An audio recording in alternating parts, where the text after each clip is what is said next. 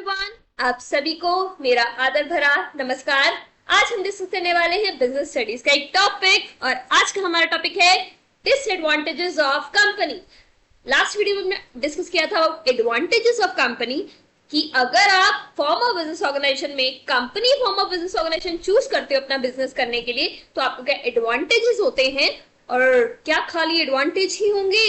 The answer is no. अब company form of business organisation को choose करने के आपके कुछ डिसएडवांटेजेस भी हैं। तो मतलब जब आप ये डिसीजन ले रहे हो तो आपको पता होना चाहिए कि कंपनी अगर आप बनाना चाहते हो तो उसके क्या एडवांटेजेस हैं और क्या डिसएडवांटेजेस हैं। तो डिसएडवांटेजेस देखना भी बहुत ही ज्यादा इंपॉर्टेंट है। तो चलिए वन बाय वन हम डिस्कस करेंगे डिसएडवांटेजेस को। First is complexity in formation.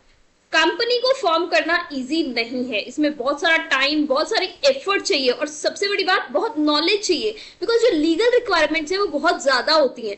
कुछ आप आपके बिजनेस पे डिपेंड करेगा, कुछ परमिशंस भी लेनी होंगी, एक प्रॉपर प्रोसीजर को फॉलो करना पड़ता है। जैसे हमने बात की थी company is a creation of law, but that creation is not that much easy. वो इतना इजी नहीं है, आपको एक प्रॉपर प्रोसीजर फॉलो करना है, आपको बहुत सारी लीगल रिक्वायरमेंट्स करनी है। तो इसके लिए आपके पास प्रॉपर नॉलेज होनी चाहिए कि वो फॉर्मेशन कैसे करेंगे। जैसे मतलब कागजी कार्रवाई में कोई कोई अच्छा होता है, तो अब आपको ये देखना है कि आप कंपनी को फॉर्म कर सकते हो, इतना टाइम, इतनी नॉलेज आपके पास है या नहीं है। So the formation of company requires greater time, effort and extensive knowledge of legal requirements and the procedure involve. तो अगर आप company form of business organisation choose करना चाहते हो तो उसमें बहुत सारी लीगल रिक्वायरमेंट्स होंगी, बहुत सारे प्रोसीजर फॉलो करने होंगे, बहुत सारी परमिशन होंगी जो आपको लेनी होगी। So formation is easy और tough? Formation is tough क्योंकि लेंथी प्रोसीजर होता है। बट अगर हम बात करें दूसरी फॉर्म ऑफ बिजनेस ऑर्गेनाइजेशन की, जो कि हमारी कौन सी है, पार्टनरशिप और सोल प्रोप्राइटरशिप, उसकी जो फॉर्मेशन है वो काफी इजी है कंपनी से। तो अगर आप चाहते हो कि फॉर्मेशन इजी हो तो यू शुड चूज पार्टनरशिप और sole proprietorship. Next is lack of secrecy. अगर हम company form of business organisation की बात करें तो यहाँ पे सीक्रेसी नहीं होती, there is lack of secrecy. ऐसा क्यों? जैसा कि हमने लास्ट वीडियो में बात की थी कि कंपनी जो है वो गवर्न होती है कंपनीज एक्ट से, मतलब कंपनी को काम करना होता है कंपनीज एक्ट के द्वारा, और कंपनीज एक्ट में बहुत सारी जो इंफॉर्मेशन होती है वो हमें देनी पड़ती है रजिस्ट्रार ऑफ कंपनीज में। मतलब कंपनी के बारे में सारी इंफॉर्मेशन हमें किसको देनी होती है, रजिस्ट्रार ऑफ कंपनी। लाइक हमने डायरेक्टर अपॉइंट किया, कौन सा किया, ऑडिट कराया, कैसे मीटिंग की, तो ये सारी इंफॉर्मेशन जो है वो हमें रजिस्ट्रार ऑफ कंपनीज को देनी पड़ती है। तो इसका मतलब क्या है, हम लैक ऑफ सीक्रेसी कह रहे हैं, हमने रजिस्ट्रार को ही तो दी, बट अब मेन बात ये है कि जो इंफॉर्मेशन हम रजिस्ट्रार को दे देते हैं वो जनरल पब्लिक के पास पहुंच जाती है। कैसे? बिकॉज जनरल पब्लिक एक नॉमिनल सी फीस देके उस इंफॉर्मेशन को निकलवा सकती है। और कई बार तो ऐसा भी होता है कि कंपनीज एक्ट के अंदर या फिर रजिस्टर ऑफ कंपनी हमें ये कहती है कि इस इंफॉर्मेशन को आप पब्लिश करो न्यूज़पेपर में या इंटरनेट पे आप इसको डालो। तो यहाँ पे सीक्रेसी तो है ही नहीं, आपके जो कॉम्पिटिटर्स हैं वो आपके बारे में जान सकते हैं और जो पब्लिक है वो भी कुछ भी देख सकती है। So there is lack of secrecy. But अगर हम यही बात करें सोल प्रोप्राइटर और पार्टनरशिप की तो वहां पे सीक्रेसी ज्यादा है, बिकॉज उनके लिए ऐसी लीगल रिक्वायरमेंट्स नहीं होती। So the companies act require each public company, तो ये ज्यादा पब्लिक कंपनी के लिए होते हैं। अब ये क्या है, कंपनी के कुछ टाइप्स भी होते हैं तो वो हम आगे डिस्कस करेंगे, अभी इतना ध्यान नहीं देना। Public company to provide time to time a lot of information to the office to the registrar of company, में बहुत सारी इंफॉर्मेशन रजिस्ट्रार को देनी पड़ती है। Such information, अब मेन बात ये है, दे तो दी, such information is available to general public also. It is therefore difficult to maintain complete secrecy about the operations of the company. तो कंपनी कैसे काम कर रही है इसको सीक्रेट रखना is not that much possible. Next is impersonal work environment. जैसे कि हमने बात की थी कंपनी की ओनरशिप की और मैनेजमेंट की, तो कंपनी का ओनर कौन होता है? कंपनी के ओनर कौन होते हैं? Share holders. जो शेयर्स परचेज करते हैं वो क्या होते हैं? कंपनी के share holders. But share holders बहुत ज्यादा होते हैं और स्कैटर्ड होते हैं, तो ये मैनेज नहीं कर पाते, कंपनी को काम नहीं कर पाते। तो काम कौन करता है, मैनेज कौन करता है? Board of directors. तो यहाँ पे कंपनी किसकी है, पैसा किसका लगा है? शेयर होल्डर्स का। काम कौन कर रहा है? Board of directors. तो क्या वो बोर्ड ऑफ डायरेक्टर्स जो मैनेजमेंट है क्या वो इतने एफर्ट लगाएंगी? अगर आपका खुद का बिजनेस हो तो आप कैसे काम करोगे, और आप किसी और का बिजनेस कर रहे हो तो आप कैसे काम करोगे? तो क्या उसमें डिफरेंस होगा? अब जैसे आपका खुद का बिजनेस है, आपको पता है कि अगर मैं अच्छा काम करूंगा तो मुझे ही सब कुछ मिलेगा, तो आप सुबह भी जाओगे, आप रात रात तक जाके काम करोगे, आप घर भी जाओगे तब भी उसका बिजनेस के बारे में सोचोगे। बट अगर आपका बिजनेस नहीं है, दूसरे पर्सन का बिजनेस है, आपको पता है कि अगर हमने बहुत अच्छा भी काम किया तो आपको तो सैलरी मिलनी है, बोर्ड ऑफ डायरेक्टर्स को सैलरी मिलेगी, और ज्यादा से ज्यादा क्या मिल जाएगा उनको, एक बोनस मिल जाएगा, मतलब कुछ हिस्सा मिल जाएगा उनके एफर्ट का। बट सारा का सारा तो उनका नहीं है, सारा तो सारा किसका होता है? मालिक का होता है। तो यहाँ पे मालिक कोई और काम कोई और कर रहा है, तो जो काम करेगा उतनी एफर्ट से काम नहीं करेगा। तो यहाँ पे डिसएडवांटेज आ जाता है कि मैनेजमेंट अलग है, ओनर्स अलग हैं, तो वो मैनेजमेंट अच्छे से नहीं हो पाती। और एक और यहाँ पे बात है, कंपनी का जो साइज है वो बहुत बड़ा होता है, तो ये जो मालिक होते हैं और जो टॉप मैनेजमेंट होती है, बोर्ड ऑफ डायरेक्टर्स, वो डायरेक्ट कांटेक्ट नहीं बना पाते अपने एम्प्लॉइज के साथ, कस्टमर्स के साथ, क्रेडिटर्स के साथ, उनका डायरेक्ट कांटेक्ट नहीं होता, तो there is impersonal work environment, तो एक कम्युनिकेशन गैप भी आ जाता है। Hope that's clear. Next is numerous regulation. As we all know, company govern होती है Companies Act 2013 के अकॉर्डिंग। तो कंपनी की जो फंक्शनिंग है, कंपनी कैसे काम करेगी, कैसे नहीं करेगी, उसको कैसे चलना है, कंपनीज एक्ट के अकॉर्डिंग चलना है, कुछ और भी रजिस्ट्रार के अकॉर्डिंग चलना है, सेबी के अकॉर्डिंग चलना है।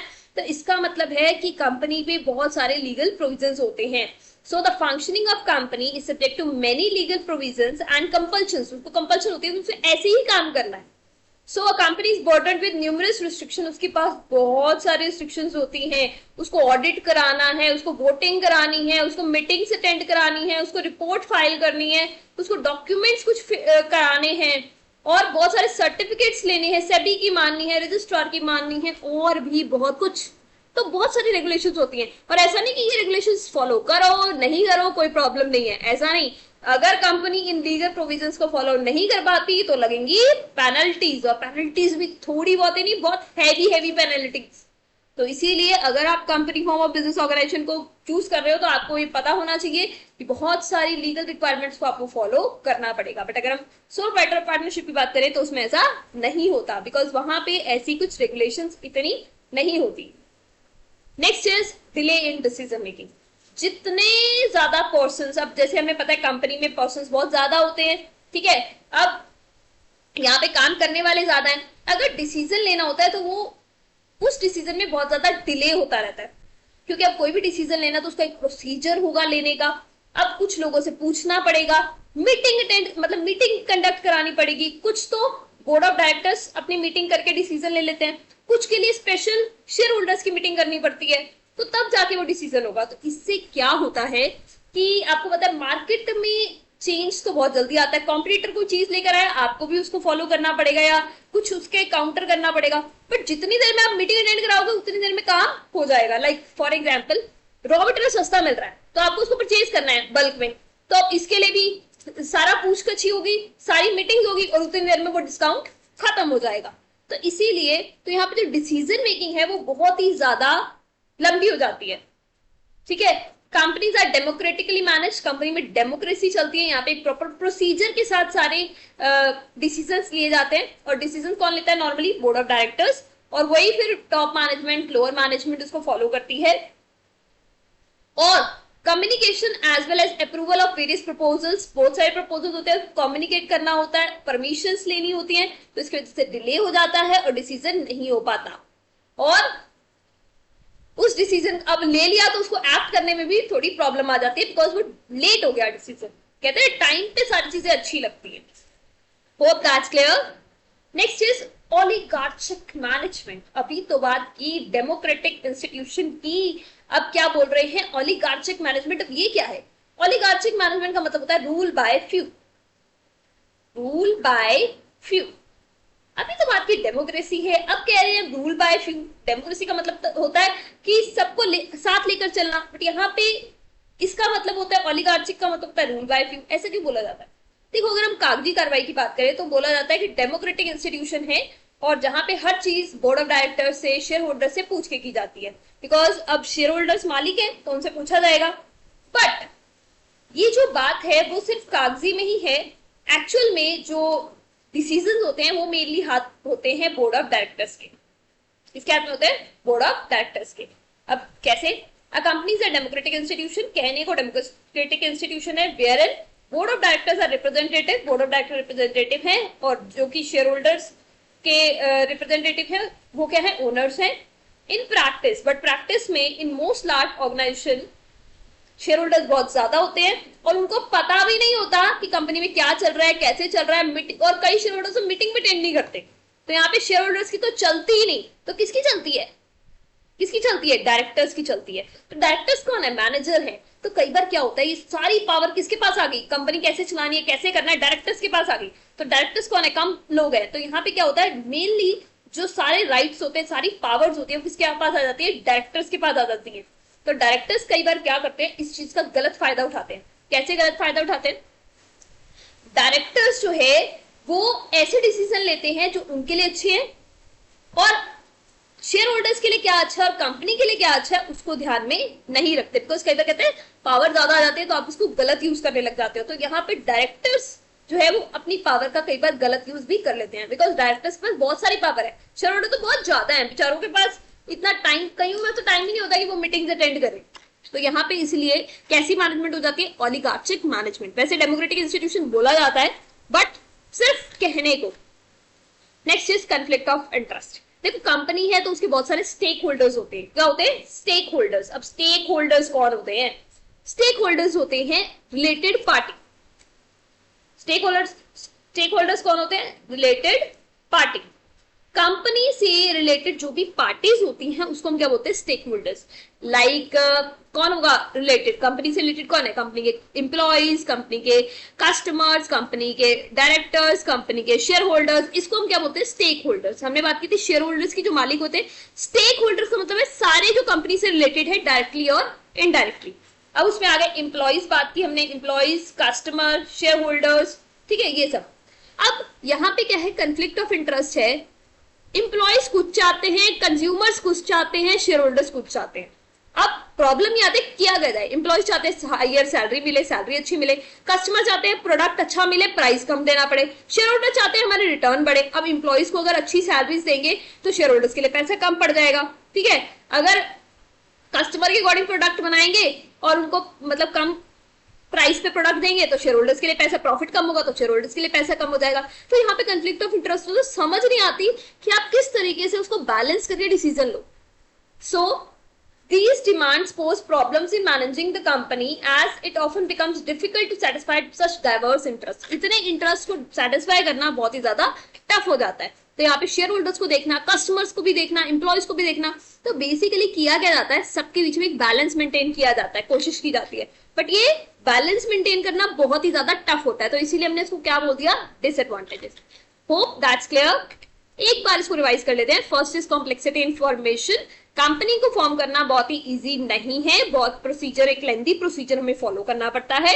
Next is lack of secrecy. यहाँ पे लैक ऑफ सिक्रेसी नहीं होती बिकॉज हमें बहुत सारी इंफॉर्मेशन रजिस्ट्रार ऑफ कंपनीज को देनी पड़ती है। जो इंफॉर्मेशन है वो इजीली अवेलेबल होती है पब्लिक को, तो सिक्रेसी तो कहाँ रही। Next is impersonal work environment. अब यहाँ पे ओनरशिप और मैनेजमेंट अलग है, ठीक है, ओनरशिप और मैनेजमेंट अलग है। तो इस वजह से जो ओनर्स हैं वो काम नहीं कर रहे, मैनेजर्स अलग है, तो वो उतने एफर्ट से काम नहीं कर पाते। Next is numerous regulations. बहुत सारे रेगुलेशंस होती है, सेबी की, कंपनीज एक्ट की, बहुत सारी रेगुलेशंस फॉलो करके, और ऐसा ही नहीं कर ली, नहीं करी पेनल्टी दो, और पेनल्टी थोड़ी नहीं, बहुत पेनल्टीज होती है। Next is delay in decision making. अब हर एक कोई भी डिसीजन लेना है तो बोर्ड मीटिंग करानी है, वेरियस पर्सन कंसल्ट करना है, और इतनी देर में काम हो जाता है और डिसीजन बहुत ज्यादा लेट हो जाता है। Next is conflict of interest. बहुत सारे लोग होते हैं, बहुत सारे लोगों को साथ लेकर चलना होता है, और साथ लेकर चलने की जब बात आती है तो मुश्किल तो होती है। कस्टमर्स को भी देखना है, एम्प्लॉइज को भी देखना है, ओनर्स को भी देखना है। So there is difficult to satisfy diverse interest.